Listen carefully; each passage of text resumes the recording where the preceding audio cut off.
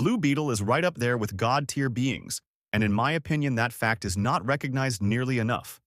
When you really sit down and look at his feats, that's when you start to understand just how powerful he actually is. This isn't hype. This is history. Orion, one of the new gods, was able to conquer the dark world on his own. That alone places him among the highest tiers of power in DC. But when Orion was empowered by all the magic on Earth and bonded with Blue Beetle's scarab, he didn't just become stronger. He became a walking apocalypse. Orion, with the scarab and Earth's magic flowing through him, was on the verge of destroying the entire world. At that point, he wasn't just a god. He was closer to a lord of chaos, wielding cosmic force, divine rage, and adaptive alien technology all at once. And yet, all it took was one command. "Come back, scarab." The scarab immediately obeyed. When it returned to Jaime Reyes, all of that accumulated power, the magic Orion had absorbed, the chaos he had wielded, was transferred back as well. Jaime didn't just get the scarab back. He inherited everything it had learned, adapted to, and stored. That version of Blue Beetle went on to fight Dr. Fate, the Lord of Order, as an equal. Let that sink in. Dr. Fate is one of the most powerful magic users in DC history. He represents cosmic order itself. And Blue Beetle didn't get instantly erased. The scarab adapted in real time to Fate's magic, countering spell after spell, matching his power output, and refusing to be overwhelmed. This wasn't brute force, this was evolution.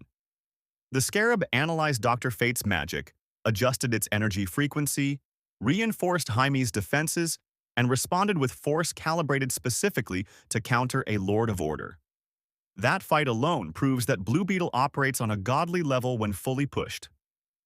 And that's what makes the scarab so terrifying. It already possesses one of the best self-defense and reflex systems in DC. It constantly changes form depending on the threat, becoming a speedster when speed is required, a magical countermeasure against sorcery, or a pure, hard-hitting powerhouse when raw strength is needed.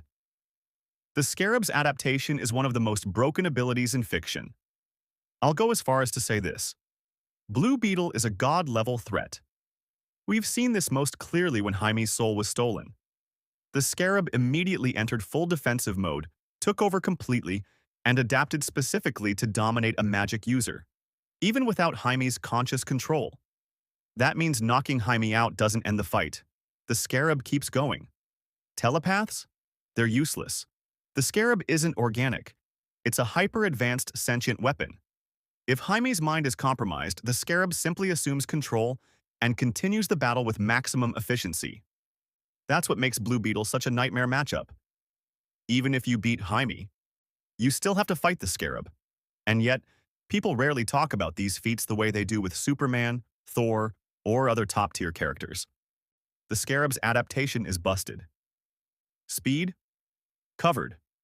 Magic? Countered. Raw strength? Amplified. Mind hacks doesn't work. You're fighting a sentient war machine. Blue Beetle is right there with Wonder Woman, Orion, and DC's gods. People are sleeping on him. And they shouldn't be.